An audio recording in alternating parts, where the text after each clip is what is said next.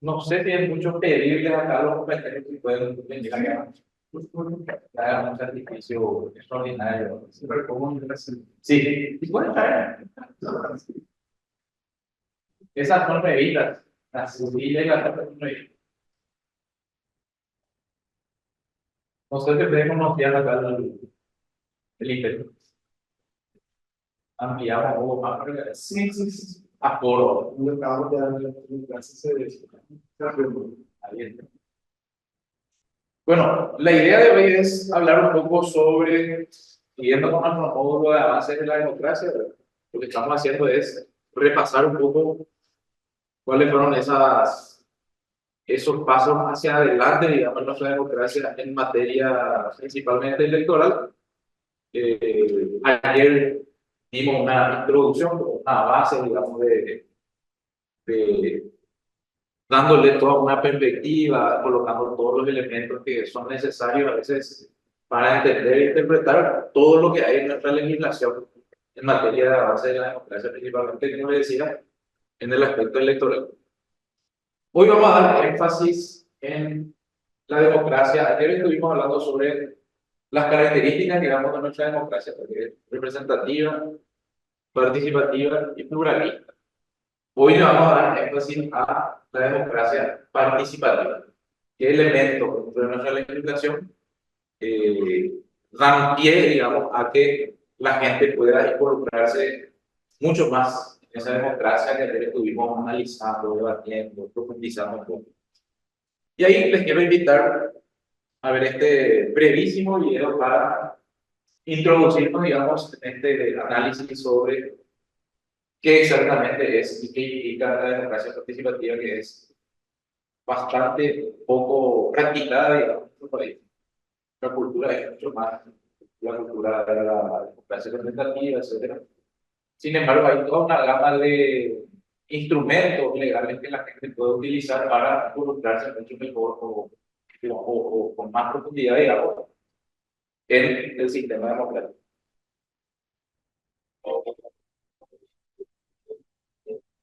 Hola, Gloria, quiero saber qué es la democracia participativa. La democracia participativa es como un sistema de órganos ciudadanos la capacidad de tener y la toma de decisiones. Digamos,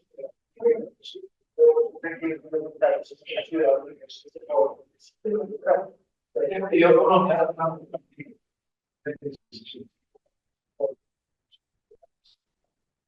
¿cuáles son los valores fundamentales de esa democracia participativa?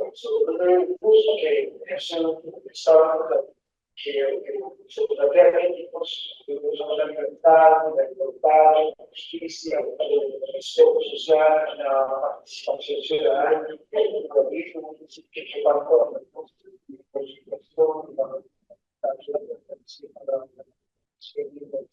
¿cuáles son tus características? Crear una sociedad más justa, plural, social, las características de corrupción, el valor de supervisión, la participación, la colaboración, la participación. Es importante aclarar que un sistema se trata de una forma práctica de la democracia superior que la participación social. ¿Cuál es la diferencia entre democracia participativa y la representativa? La diferencia básicamente es que la democracia participativa parte de que los ciudadanos puedan meterse en un momento para el papel de mientras que la democracia participativa, la tradicional, es decir, la democracia través del voto y que los ciudadanos eligen la y por último, quiero saber qué efectos de la democracia participativa. Los mecanismos principales son los que cuenta la democracia participativa, sobre todo a partir de la construcción de los la capacidad de la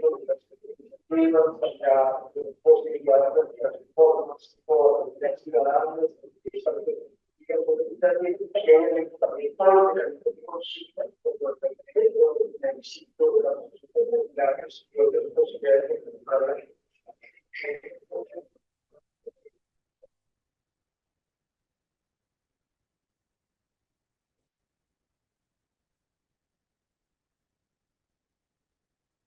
Bueno, ahí evidentemente nos dimos cuenta que un video eh, que no es de nuestro país, pero coloca, digamos, los principales elementos que forman parte de una democracia participativa. Nosotros lo que vamos a hacer es hoy justamente ver qué elementos de esa democracia participativa están en nuestra propia legislación.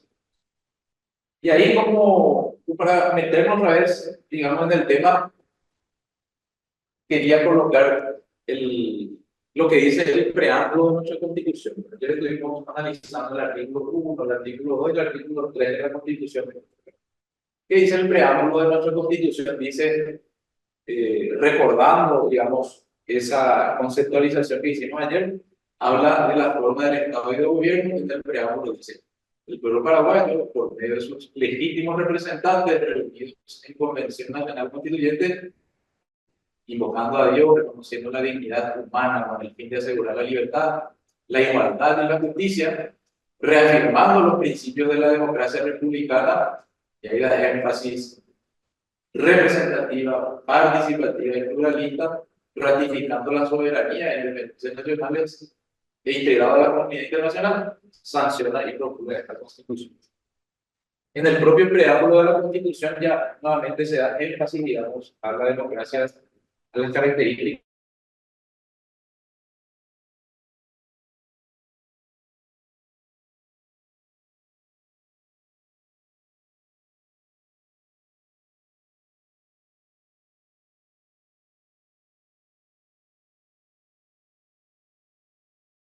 del Estado Social de Derecho. Ayer hablamos sobre qué es lo que significa el Estado Social de Derecho. Unitario, indivisible y descentralizado, las características, o qué es lo que significa, digamos, que sea unitario, indivisible y descentralizado, eh, y adopta para su gobierno, nuevamente dice el artículo 1, la democracia representativa, participativa y pluralista. Se da cuenta que es... Pero es una herramienta muy poderosa. Imagínense que el Estado paraguayo, a través de sus instituciones, me convoca como ciudadano a decir sí o no, estoy o no estoy de acuerdo con él. Es una herramienta muy poderosa, muy potente. Ojalá que podamos tener otras experiencias más, ¿verdad? Lógicamente que, digo lógicamente porque todos queremos que todos los paraguayos participen, ¿verdad? Eh, Ganó el sí. Y a partir de este momento, nuestros compatriotas en el exterior tienen derecho a votar. En las elecciones generales pueden votar presidente, vicepresidente y senadores. Se tienen que hacer ajustes. Con el tiempo seguramente se va a ir definiendo o ajustando eso. Si ellos pueden participar en otros países, por ejemplo, eh, los connacionales incluso tienen representante parlamentario. Es un debate que todavía no lo hicimos, ¿verdad? Y es un paso muy importante porque finalmente, los compatriotas, por alguna u otra razón, tuvieron que emigrar. Cualquiera de nosotros, a cualquiera de nosotros nos puede pasar. Pero eso nos hace que ayer justamente estábamos hablando sobre lo que es la nación y el Estado, ¿verdad? Nuestra nacionalidad es la identidad común que tenemos nosotros como paraguayos.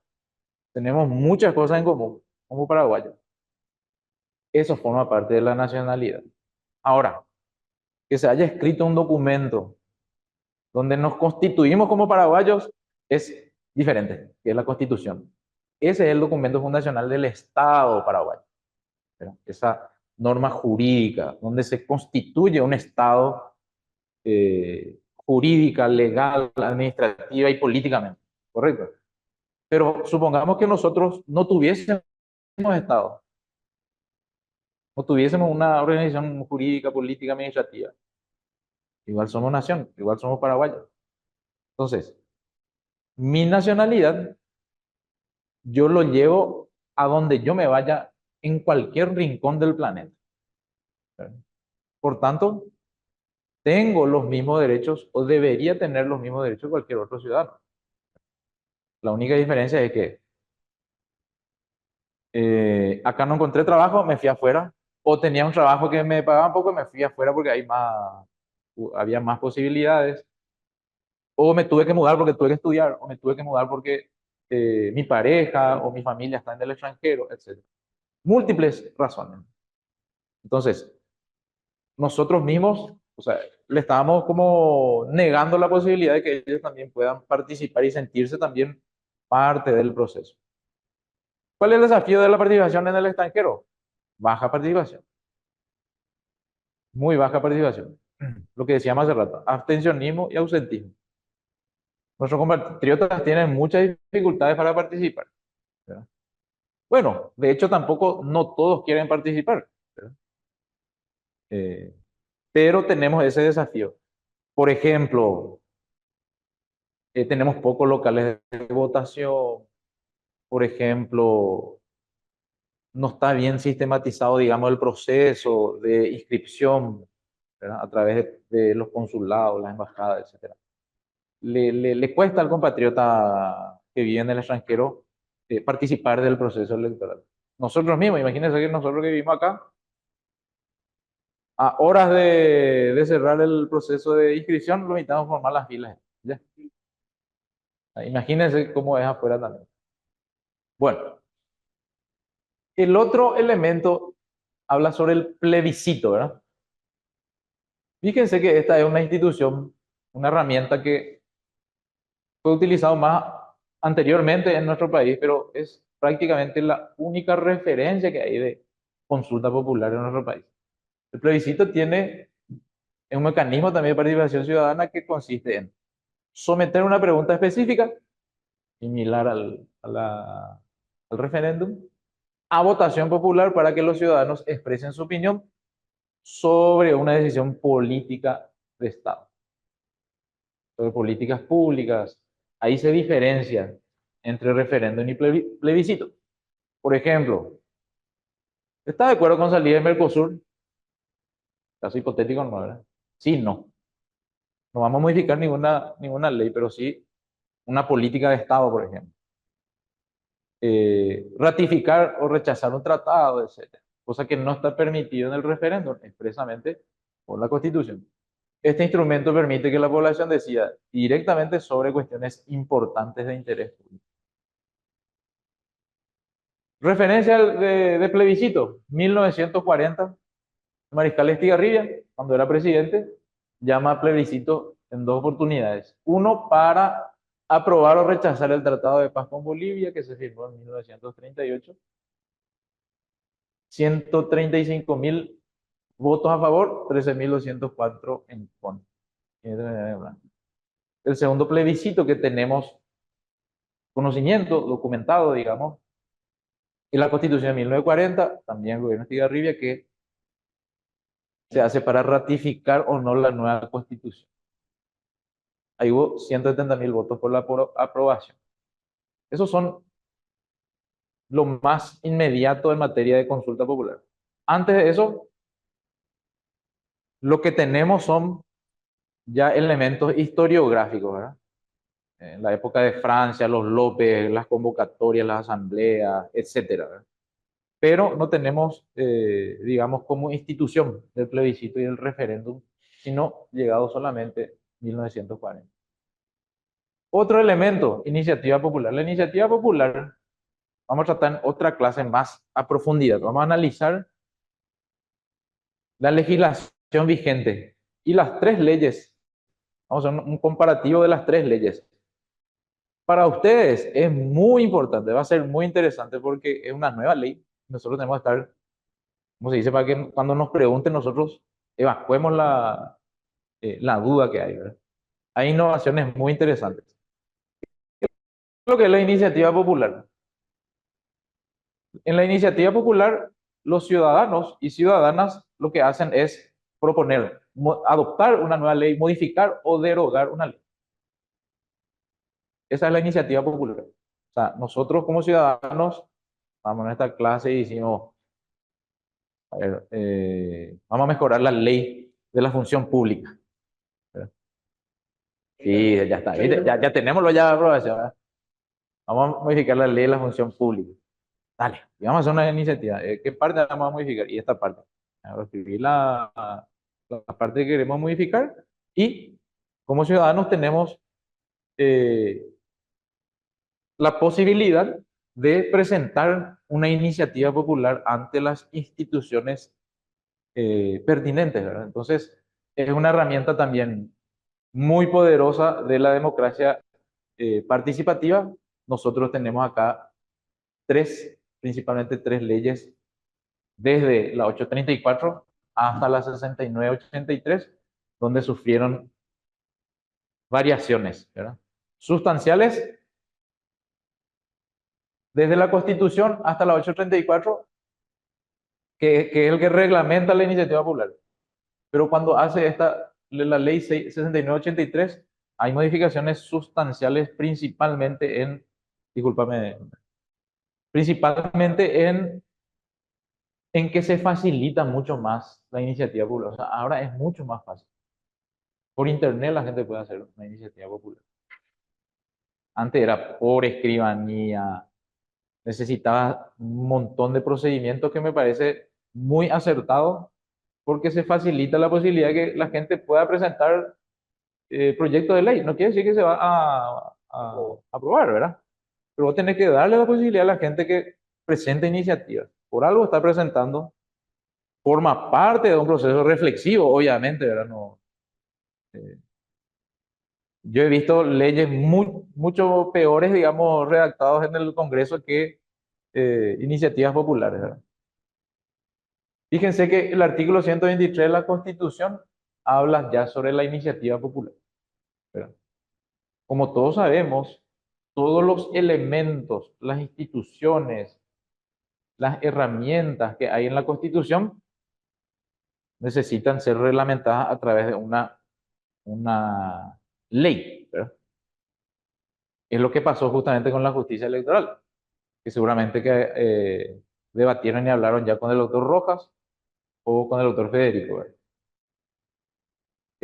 Nuestra Constitución es del 92, ¿verdad? Pero ¿cuándo empieza a funcionar la justicia electoral? 96. A través de la ley que reglamenta la justicia electoral. O sea, la 834 y la 936. O sea, lo que necesitamos es reglamentar eso que dice la Constitución Nacional para empezar a funcionar. Sin eso no se podían elegir los ministros del Tribunal Superior de Justicia Electoral, ¿verdad? Entonces, esa es una lógica jurídica, digamos. Ya dice en nuestra Carta Magna, pero lo que está en la Carta Magna tenemos que reglamentar a través de una ley. En este caso, la iniciativa popular está ya en la Constitución 92. ¿Verdad? Dice, se reconoce a los electores el derecho a la iniciativa popular para proponer al Congreso proyectos de ley. El reconocimiento está ahí, en nuestra Carta Magna. La forma de las propuestas, así como el número de electores que deban suscribirlas, serán establecidas en la ley. ¿Qué es lo que hizo? Lo que se reglamentó a través de la 834/96, que es el Código Electoral. Este 834/96, nosotros, no importa que seamos, si trabajamos la justicia electoral, no importa que seamos limpiador, constructor, natecoteñi abogado. Pero esta ley nosotros tenemos que manejar al dedillo. Todos los funcionarios que entran a la justicia electoral deberían de manejar. Hay cosas muy interesantes, hay otras que le van a aburrir, lógicamente, pero a modo de información. ¿Verdad? Ayer estábamos hablando de la cultura. Tenemos que cultivarnos, ¿verdad? Tenemos que leer. Hay, hay seguramente artículos en los cuales deberíamos darle más énfasis, ¿verdad? Porque forma parte de nuestro día a día, ¿verdad? Junta cívica, etcétera, etcétera. Pero hay otros artículos que son fundamentales que todos los funcionarios manejemos, ¿verdad? Informaciones básicas para no perdernos en las idas y vueltas y en los procesos principalmente. El artículo 266 y la 271 de la 834 habla sobre la iniciativa, reglamenta la iniciativa popular. No se preocupen, vamos a profundizar porque es muy importante esta nueva legislación que hay. Y el artículo 39 de la 3996 habla también. Fíjense que acá aparece un actor importante, la ley 3966 2010, que es la ley orgánica municipal, también habla de la iniciativa popular, basado justamente en lo que establece la 834. Entonces, en la ley orgánica municipal. Sí, la ley orgánica municipal. Municipal, dicen. Sí, le falta una M. Y la 6983, que es el que modifica. Observador, no compañero. Y la ley 6983, que es la que modifica los artículos 266 de esta ley y la 271 también de esta ley, además de la ley 3966-2010, orgánica municipal. O sea, con esta ley 6983 se modifican este artículo y este artículo. Y como decíamos, hace más realista el proceso de iniciativa. Muy poco proceso de iniciativa popular hay hasta este punto, porque es muy burocrático. Difícil ya, imagínate que teníamos que hacer miles de procedimientos.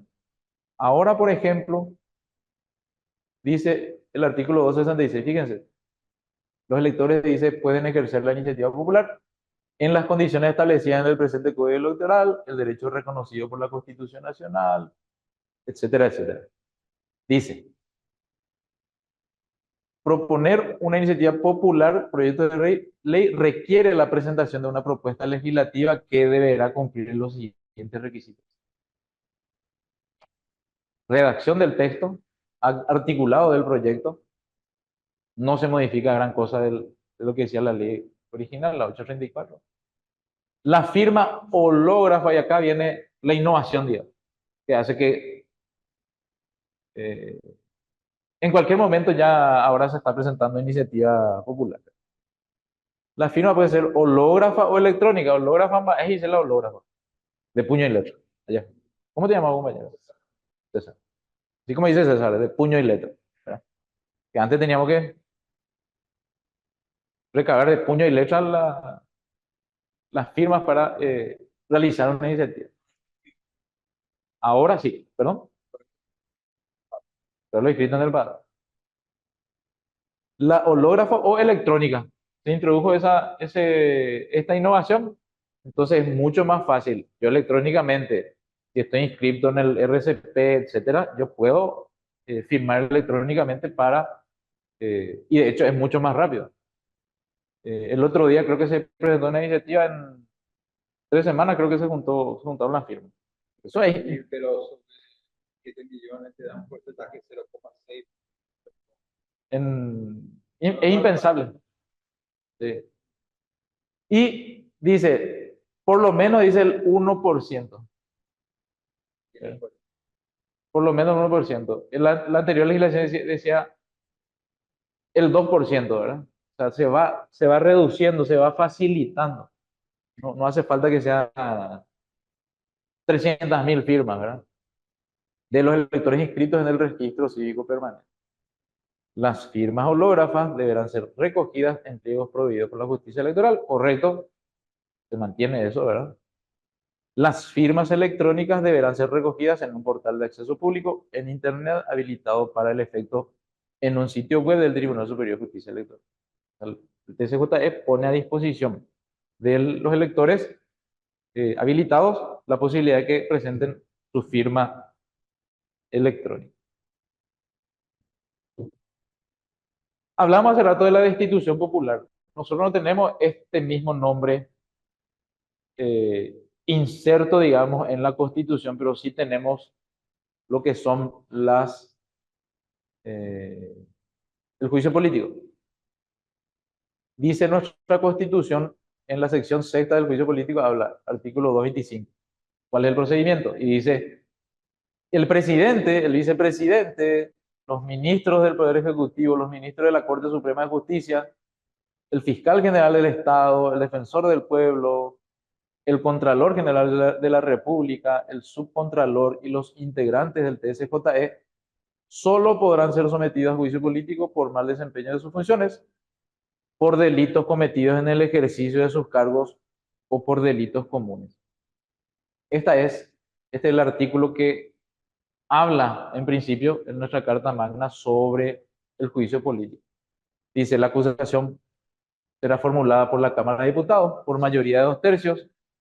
La mayoría, y no dice mayoría absoluta, es la mayoría presente, ¿verdad? ¿Manejamos o no? La mayoría, si no dice mayoría absoluta, es la mayoría de los que estamos acá. Supongamos, claro, sí. Supongamos que estén todos los diputados, ¿verdad? Supongamos, los 80. Exactamente. Si están todos los diputados, son 53 diputados los que tienen que hacer el juicio. Los presentes. Por eso, cuando dice mayoría, es los presentes nomás.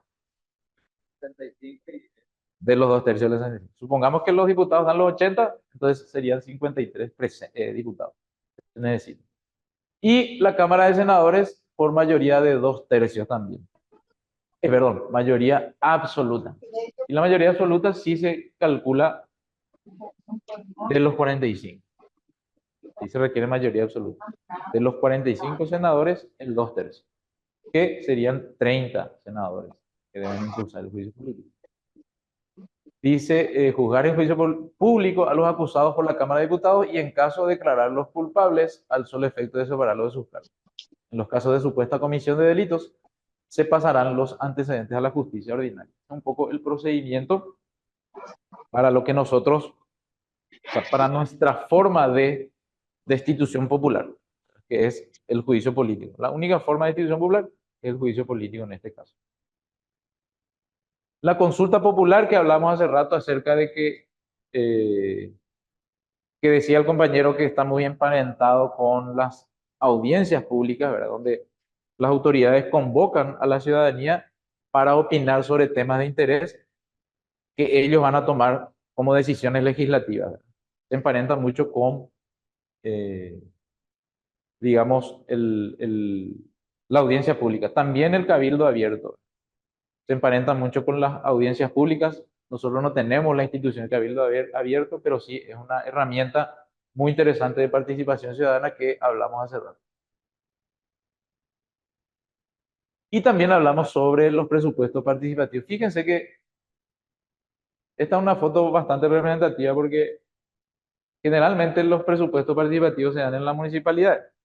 La gente se va con muchas esperanzas, ¿verdad? De que la municipalidad le otorgue el financiamiento principalmente de un proyecto que va a beneficiar a su barrio, a su comunidad, etcétera. Entonces, Paitela vuelo la tinglado, los famosos tinglados municipales, que acá es un clásico. La municipalidad que no tiene tinglado, no hay municipalidad. Entonces, la gente acude masivamente a estos espacios porque se toca presupuesto. No es que vos te vayas a debatir. Una cosa es la audiencia pública, ¿correcto? No, en la audiencia de presupuesto te van a dar plata. O sea, y eso es lo interesante, porque la gente se empodera en torno a los recursos públicos y también pueden controlar mejor. ¿Por qué? Porque en vez de venir 10 millones, ya pues hablan de proyectos productivos, camino, agua, ¿verdad? Lo que sea. Si uno presenta bien tu rendición, porque la municipalidad también tiene que rendir cuentas, probablemente esos son fondos de royalties. Si uno presenta bien tu rendición, probablemente te digamos ahí el año que viene, ¿verdad? Entonces se controla, se autocontrola la gente. O sea, vos le das plata y la propia gente controla. La administración, digo, administra y controla el buen uso de esos recursos.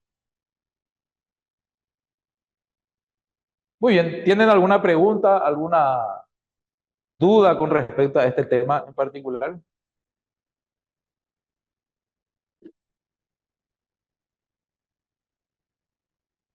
¿Ustedes creen que, dígame, el silencio respondió. ¿Qué tal estuvo el cafecito? Eso sí pueden responder. muy bien. Bueno, mañana vamos a continuar. Vamos a, como les decía, vamos a ver si podemos profundizar sobre esta ley de iniciativa popular.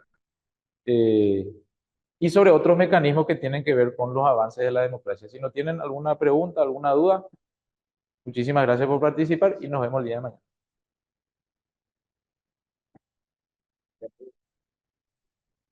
Gracias a ustedes. Gracias a ustedes.